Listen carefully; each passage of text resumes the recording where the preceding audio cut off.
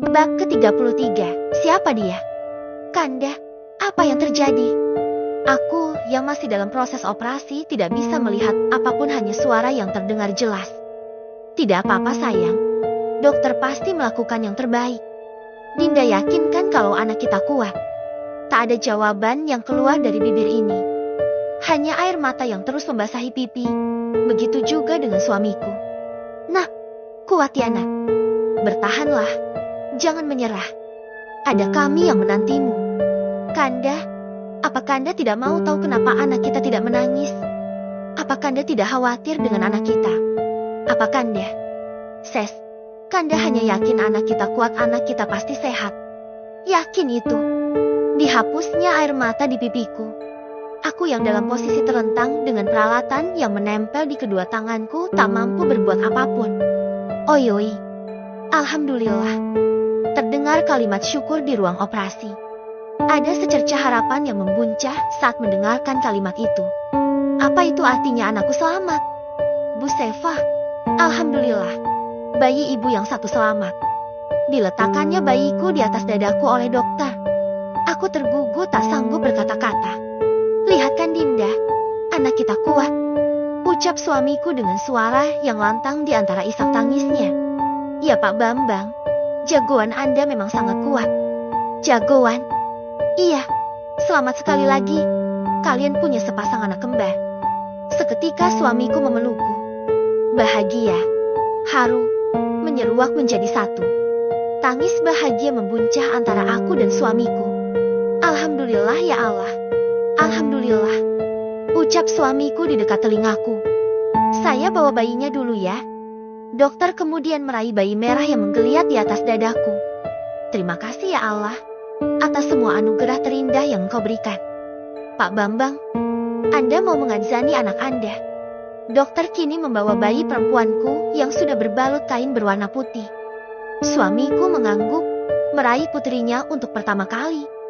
Lihat Dinda, dia cantik sekali sama sepertimu. Suamiku memperlihatkan bayi perempuan yang sedang digendongnya. Suamiku lantas menimang, mendekap putrinya. Tak henti senyum tersungging di bibirnya. Aku hanya bisa melihatnya ketika suamiku duduk dengan menghadapku. Sementara di bagian-bagian bawah tubuhku, ada dokter yang masih berkutat dengan pekerjaannya. Pak Bambang, jagoan Anda menunggu juga untuk biasani. Kali ini dokter juga membawa satu lagi anakku. Dokter kemudian membantu suamiku menggendong bayi perempuanku agar posisinya pas untuk biasani. Sayup terdengar suara azan dengan nada bergetar dari suamiku. Ada suara tercekat menahan haru yang ditahannya. Suara kumandang azan yang pertama kali dari ayah kepada anaknya. Kemudian hal yang sama dilakukan bergantian dengan bayi laki-lakiku. Dinda, kalau yang ini mirip Kanda nih. Ucap suamiku. Didekatkannya bayi laki-laki itu padaku. Aku mencium pipinya yang putih. Ya, kok nggak mirip artis Korea? Ledekku pada suamiku. Dinda, cetakannya aja lokalan masa mirip artis Korea. Aku terkekeh mendengar jawaban suamiku. Sebenarnya anakku sangat tampan. Beruntung hidungnya tidak terlalu minimalis sepertiku. Tak berselang lama, operasi pun selesai. Aku dibawanya keluar dari ruangan operasi. Begitu pintu dibuka, aku sudah dikelilingi oleh Rizka, Mbak Nisa, Ibu, dan Bapak. Seva, hu. Rizka menangis langsung menghambur dan memeluk kepalaku begitu aku keluar dari ruang operasi. Aku biarkan saja dia terus menangis, walaupun aku sendiri bingung kenapa dia menangis. Aku kira aku gak bisa ketemu kamu lagi, Fa. Aku udah berpikir buruk tentang operasi kamu. Ucap Rizka sesenggukan. Dasar Dodo. Harusnya doain yang baik-baik. Ini malah sebaliknya. Mbak Nisa tak terima dengan ucapan Rizka. Udah dang nangisnya. Dari tadi kamu nangis terus loh. Mana ingusnya dilap di bajuku lagi. Rizka kemudian melepas pelukannya. Wajahnya sembab. Matanya merah dan berlinang air mata. Fa, kamu gak apa-apa kan? Ibu membelai rambutku dan mencium keningku. Bergantian dengan Bapak. Gak apa-apa Bu. Seva sehat. Operasinya lancar. Calon suamiku mana? Tanya Rizka sambil mengusap air matanya. Ish, nih anak, emang udah tahu kalau bayinya laki-laki. Mbak Nisa memukul bahu Rizka. Oh iya ya, tapi Rizka yakin laki-laki. Jawab Rizka penuh semangat. Cucu bapak mana? Fah, tadi kayaknya dibawa sama suami dan dokter deh. Bener kan dok? Aku memastikannya dengan bertanya pada dokter di sampingku. Benar Bu Seva. Cucu bapak dibawa ke ruang khusus bayi dulu pak. Ada perawatan khusus dulu karena bayinya lahir prematur. Jawab dokter. Ruangan bayinya sebelah mana? Tanya Mbak Nisa. Di lantai 4. Mbak, kesana aja ya Kris. Aku penasaran sama adikku. Ayo deh, sahut Rizka. Ibu ikut. Akhirnya mereka semua malah meninggalkan aku bersama dengan perawat dan dokter yang mendorong ranjangku. Bu Seva istirahat dulu ya, nanti ada dokter yang periksa lagi. Perintah dokter saat sudah mengantar aku di kamar.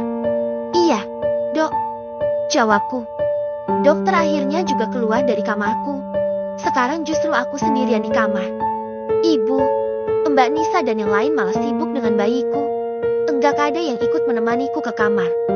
Sepi rasanya di kamar sendirian, bahkan detak jarum jam di tembok sangat nyaring aku dengar. Rasanya aku masih tidak percaya. Kini aku sudah menjadi seorang ibu. Ibu untuk kedua anak kembarku. Setengah jam kemudian suamiku dan yang lainnya kembali ke kamar. Dinda dari tadi sendirian? Tanya suamiku. Iya, mereka udah nggak ada yang peduli sama aku. Sengaja aku adukan sekalian pada suamiku. Suamiku berbalik kemudian memandang Mbak Nisa dan yang lainnya. Kenapa nggak ada yang temani istri saya di sini? Tanya suamiku sambil berkacak pinggang. Tak ada yang menjawab, mereka hanya saling tatap dan menunduk. Rizka diajak sama Mbak Nisa. Iya benar, Mbak Nisa yang ngajak. Betul kan Birati? Iya tuan, Mbak Nisa yang punya ide. Mbak Nisa melotot ke arah Rizka dan Birati yang berdiri di sampingnya. Enak aja nyalahin aku. Yang tadi tanya di mana bayinya siapa? Tanya Mbak Nisa balik. Kini pandangan mereka beralih pada bapak. Karena memang tadi bapak yang tanya bayiku di mana. Tuh, orang yang pertama tanya di mana bayinya. Iya dik mantu. Tadi saya yang tanya di mana cucuku berada. Tapi tetap saja Nak Nisa yang mengajak kami semua untuk pergi ke ruang bayi. Aku menahan tawa melihat tingkah mereka. Aku yakin suamiku juga tidak serius dengan kemarahannya. Kanda, kapan bayiku dibawa ke sini? Aku mengalihkan perhatian suamiku. Terlihat Rizka mengelus dadanya, mungkin merasa lega, lolos dari omelan suamiku. Tunggu, sayang. Jawab suamiku. Masih observasi dulu. Lanjut suamiku. 2 jam berselang dokter kembali memeriksaku. Seorang perawat bahkan membantuku untuk duduk. Dok, temen saya habis operasi loh, masa langsung duduk? Rizka menghampiriku yang kini sudah duduk di ranjang. Bu Seva, ini operasi bukan operasi Caesar biasa, tapi pakai metode ERACSJT, pemulihannya lebih cepat. Besok juga sudah bisa jalan. Dokter menjelaskannya sambil tersenyum. Iya Riz, ini aja aku ngunyah permen karet katanya biar aku nggak mual. Tapi beneran emang nggak mual. Aku membenarkan ucapan dokter. Luar biasa memang kalau istri sultan. Enggak sekalian minta yang tinggal bersin anaknya langsung lahir. Fah? Pertanyaan yang dilontarkan Rizka membuat dokter tertawa dan geleng-geleng kepala. Fah, kok bayinya belum dibawa ke sini? Tanya ibu saat menjelang maghrib bayinya belum juga diantar. Tadi kata perawat masih di inkubator. Bu, bukannya tadi ibu sama yang lain ke ruangan bayi ya? Apaan orang nggak boleh masuk? Ya belum ketemulah. Mbak Nisa mencebik. Kesal keinginannya bertemu dengan anak-anakku belum terlaksana. Jangankan Mbak Nisa, aku aja baru ketemu sebentar Mbak. Rasanya nggak sabar pengen ketemu. Tapi mau gimana lagi? Kata dokter bayiku lahir prematur jadi butuh waktu di inkubator. Oh, iya Fah. Dari tadi aku mau tanya tapi lupa. Anak kembar kamu jenis kelaminnya apa? Tanya Rizka penasaran. Laki-laki dan perempuan. Jawabku singkat. Beneran? Tanya Mbak Nisa tak percaya. Aku menganggukkan kepalaku. Alhamdulillah, langsung sepasang. Pak, kita langsung punya cucu sepasang Pak. Ucap ibu sambil menggenggam tangan bapak. Fah, udah punya nama buat anak kamu belum? Tanya Rizka. Belum. Mungkin Kanda sudah punya. Aku beralih tanya pada suamiku yang sedang duduk di sampingku dengan piring makan di tangannya hendak menyuapiku. Namun suamiku malah menggelengkan kepalanya. Gimana kalau Bintang dan Kejora? Usul Rizka. Bintangnya bagus, kalau Kejora nanti dipanggilnya apa? Kejo? Atau Ore? Mbak Nisa lucu deh. Enggak sekalian Bijo. Rizka mencebik mendengar jawaban dari Mbak Nisa. Kalau gitu apa dang? Bentar, kita cari aja di internet. Gimana? Usul Rizka seraya mengeluarkan ponselnya. Mereka kemudian sudah sibuk mencari nama untuk bayiku. Dasar aneh. Malam ini aku mulai memompa ASIku dengan alat yang sudah aku siapkan sebelumnya. Kata dokter, ASInya dipompa dulu nanti akan dibawa oleh perawat untuk diberikan pada bayiku. Sebenarnya aku ingin protes. Aku ingin memberikannya langsung pada anakku. Tapi mengingat bayiku yang prematur masih butuh penanganan khusus, akhirnya aku menurut saja. Bu, kok ASInya sedikit sekali yang keluar? Tanyaku pada ibu seraya aku perlihatkan jumlah ASIku di botol khusus. Enggak apa-apa, Fa. Nanti juga banyak. Jawab ibu. Enggak apa-apa, Bu Seva. Nanti sering dipompa juga ASInya akan semakin banyak. Perawat yang membantu memompa ASI ikut menjawab pertanyaanku. Apa ini cukup untuk bayi kembarku? Semoga saja cukup, Bu. Jawab perawat itu. Kemudian perawat itu keluar dari kamarku. Katanya nanti beberapa jam lagi akan datang untuk mengambil ASI lagi. Malam menjelang, aku justru tak dapat tidur. Aku terus memikirkan bayi kembarku. Kanda, aku ingin ketemu anakku. Ucapku pada suamiku. Ini sudah malam sayang. Bayi kita baik-baik saja. Kan tadi Kanda sudah ke sana. Tapi aku ingin ke sana. Besok Dinda juga sudah boleh ketemu. Sekarang Dinda tidur ya. Ini sudah malam. Titah suamiku. Ini memang sudah tengah malam, terlihat jarum jam pendek sudah berada di angka 2. Itu artinya ini sudah lewat tengah malam. Mbak Nisa, Ibu juga Birati juga sudah pamit tidur. Aku berusaha untuk memejamkan mataku, tapi sampai azan subuh berkumandang nyatanya mataku masih terjaga. Bukan karena efek bekas operasi yang sakit, tapi aku benar-benar memikirkan keadaan bayiku. Pagi akhirnya datang menyapaku. Aku tengah bersiap untuk bertemu dengan bayiku. Sudah tidak ada lagi selang infus ataupun kateter yang terpasang di tubuhku. Bahkan kini aku sudah bisa berjalan, tapi masih di dalam kamar saja. Akhirnya saat dinanti itu tiba. Dengan menggunakan kursi roda aku menuju ke ruangan bayiku. Walaupun aku sudah bisa berjalan, tapi ruangan anak yang beda satu lantai dengan ruanganku masih terlalu jauh jika aku harus berjalan. Sebelum masuk, aku berganti pakaian dengan pakaian khusus yang lebih steril. Begitu juga dengan suamiku. Aku kemudian masuk ke ruangan dan melihat anakku yang sedang tidur di dalam box bayinya. Kemudian perawat menyuruhku untuk duduk di kursi yang sudah disediakan. Bu Seva, ini bayi perempuan Ibu. Sekarang Ibu coba mengasihi secara langsung ya. Ucap perawat kepadaku. Dibantunya aku untuk meletakkan bayiku di dadaku. Aku memperhatikan wajahnya, pipinya yang merah dan jari jemarinya yang masih sangat kecil ku genggam erat di tanganku. Tak sadar air mataku sudah membasahi pipi. Ini Bunda. Nak. Ucapku tertahan. Bayiku yang hanya memakai popok sekali pakai kemudian dipindahkannya di dadaku oleh perawat. Ini pengalaman yang pertama untukku. Rasanya hangat ketika kulit bayiku langsung bertemu dengan kulitku. Responnya sudah bagus, Bu Seva, kata perawat ketika bayi perempuanku menyus secara langsung padaku.